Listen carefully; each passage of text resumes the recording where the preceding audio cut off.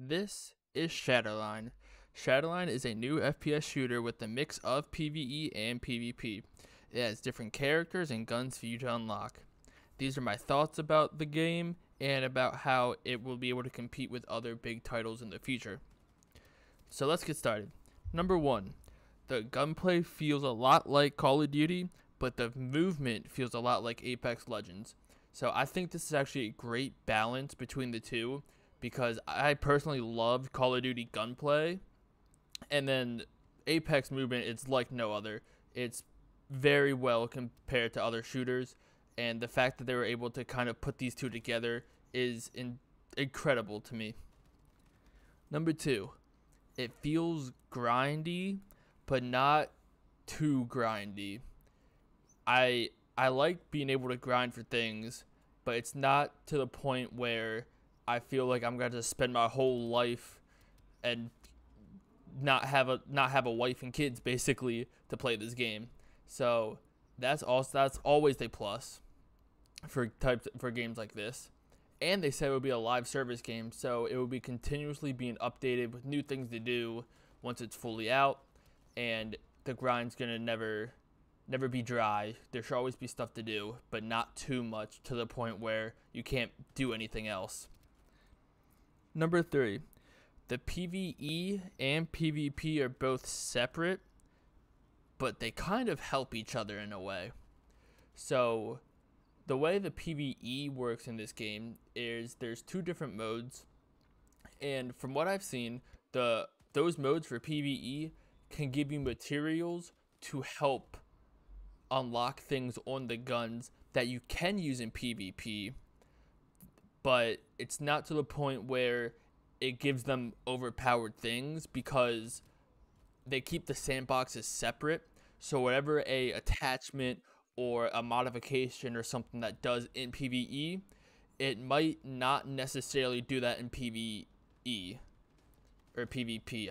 I forgot what I just said, but they help each other out and they don't cause any problems.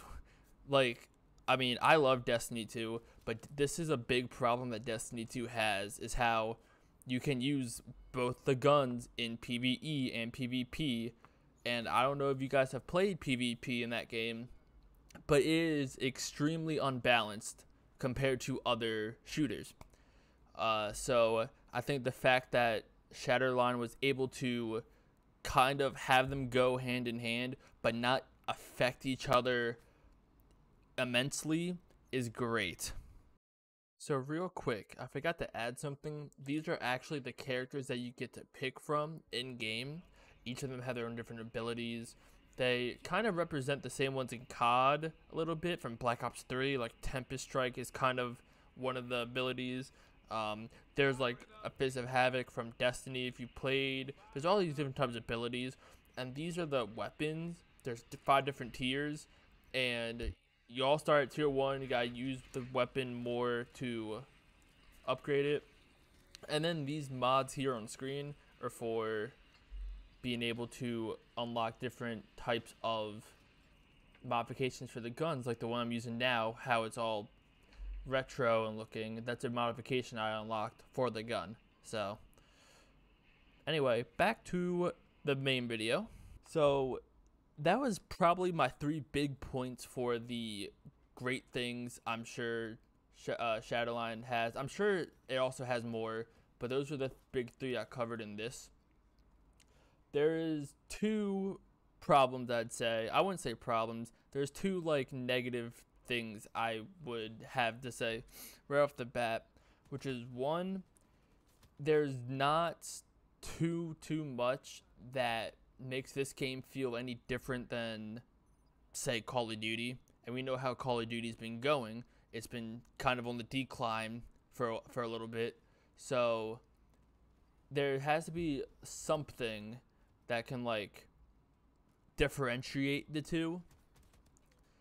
I mean, while, like I said before, Apex movement is a huge turn on for this, it also, I feel like there needs to be something else. Maybe it's just because this is still early access. It's only been out for 10 days. But I'm sure they will add something to give it a little bit more of a different vibe compared to Call of Duty or say something else like Destiny or something. The second thing was that the promo for the game has not been the best. Um, I don't think there even was any promo. I think they just kind of launched it, which I mean, that's kind of up to them, I guess. The fact that it's only been out for 10 days and I didn't see much promo about it besides a few other YouTubers talking about it, it managed to get like 21,000 peak players or something as of 9/18/22. So, I mean, if it had promo, it definitely would have done some big numbers, I think. It would get like some big streamers to help promo it, but other than that, I mean, I think this has been going great for the game.